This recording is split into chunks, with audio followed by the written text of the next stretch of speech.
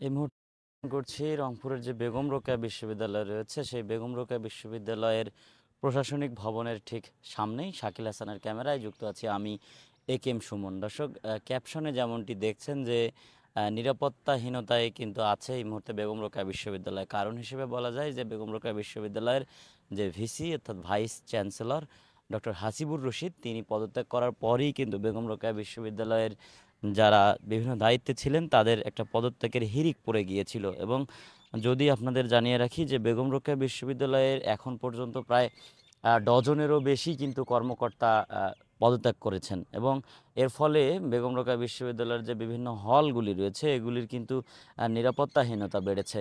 আমি কিছুক্ষণ আগে বেগম রোকেয়া বিশ্ববিদ্যালয়ের যে গণসংযোগ ও গণসংযোগ বিভাগের যিনি উপপরিচালক মোহাম্মদ আলী তার সঙ্গে কথা বলেছি। তিনি আমাদের নিশ্চিত করেছেন যে বেগম রোকেয়া বিশ্ববিদ্যালয় এই মুহূর্তে আসলে ভিসি শূন্য থাকায় নিরাপত্তাহীনতায় আছে ক্যাম্পাস। এবং এছাড়াও এই আসলে ভিসি না থাকবার কারণে একটা প্রতিষ্ঠানের যে চলমান যে প্রক্রিয়া সেটিকে কিন্তু ব্যাহত হচ্ছে। এবং এছাড়াও আমরা দেখেছি যে বেগম রোকেয়া বিশ্ববিদ্যালয়ের যারা পদত্যাগ করেছেন তাদের মধ্যে কিন্তু বেশ কজন একেবারে গুরুত্বপূর্ণ যে পর্যায়ে সেটি রয়েছে। আমরা দেখেছি গত 16 জুলাই বেগম রোকেয়া বিশ্ববিদ্যালয়ের যে বেগম রোকেয়া বিশ্ববিদ্যালয়ের যে ইংরেজি বিভাগের 12তম ব্যাচের শিক্ষার্থী আবু সাইদ তিনি কিন্তু নিহত হন পুলিশের গুলিতে।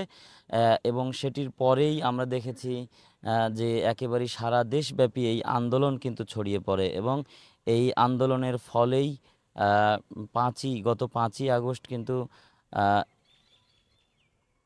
ক্ষমতাসীন যে দলের ক্ষমতাসীন যে আওয়ামী লীগ দল ছিল তার যে সভানেত্রী প্রধানমন্ত্রী শেখ হাসিনা যিনি ছিলেন তিনি পদত্যাগ করার পরপরই কিন্তু দেশব্যাপী একটা বড় ধরনের ছাত্র জনতার গণ অভ্যুত্থানে পরিণত হয়। এবং এই গণ অভ্যুত্থান আমরা দেখেছি যে গণ অভ্যুত্থানের পরেই সারা দেশব্যাপী আনন্দ মিছিল র্যালি হয়েছে। এবং এর পরপরই দুর্নীতিবাজ যে কর্মকর্তারা ছিলেন তারা একে একে কিন্তু সরে যেতে শুরু করে। আমরা যেটি জানতে পেরেছি এখন পর্যন্ত যে বেগম রোকেয়া বিশ্ববিদ্যালয়ের ভিসি সহ বিভিন্ন যে হলগুলি রয়েছে এগুলির প্রভোস্ট এবং সহকারী প্রভোস্টেরাও কিন্তু পদত্যাগ করেছেন।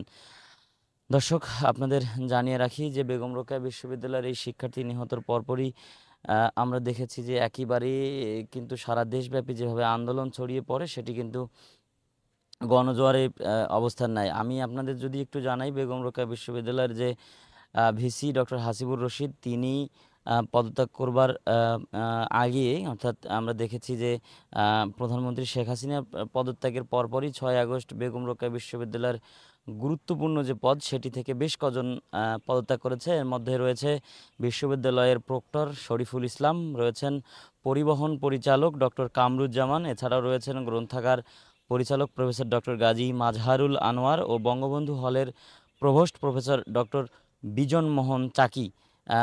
এছাড়াও কিন্তু বিভিন্ন ধরনের যে হলগুলি রয়েছে ছাত্রী হলের প্রভোস্ট সহকারী প্রভোস্ট সহ 8 জন একসঙ্গে পদত্যাগ করেন। এছাড়াও যে বঙ্গবন্ধু হল রয়েছে সেটার প্রভোস্টও কিন্তু পদত্যাগ করেছেন। তো সব মিলিয়ে যদি বলা যায় বেগম রোকেয়া বিশ্ববিদ্যালয়ের যারা শিক্ষার্থী এবং যারা বেগম রোকেয়া বিশ্ববিদ্যালয়ে নিয়মিত আহ, শিক্ষার্থী ছিলেন তাদের বেশ কয়েকজন শিক্ষার্থীর সঙ্গেই কিন্তু আমরা যোগাযোগ করবার চেষ্টা করেছি। তারাও জানিয়েছেন যে আসলে ভিসিবিহীন এই ক্যাম্পাসে তারা অনেকটাই নিরাপত্তাহীনতায় ভুগছেন। তবে এর মধ্যে আমরা গতকাল দেখেছি বেগম রোকেয়া বিশ্ববিদ্যালয়ের যে অতিরিক্ত রেজিস্ট্রার রয়েছে তাকে কিন্তু গতকাল শিক্ষার্থীরা তার ক্যাম্পাসে তার অফিস কক্ষে কিন্তু অবরুদ্ধ করেছিলেন। এবং তার সময়ের যে নানা ধরনের অনিয়ম দুর্নীতির কথা বলা হচ্ছে সেগুলির জবাব চেয়েছিলেন শিক্ষার্থীরা। তবে তিনি কোনো সদুত্তর দিতে পারেননি বলে শিক্ষার্থীরা আমাদের জানিয়েছেন। তো সব মিলিয়ে যদি বলা যায় যে বেগম রোকেয়া বিশ্ববিদ্যালয়ের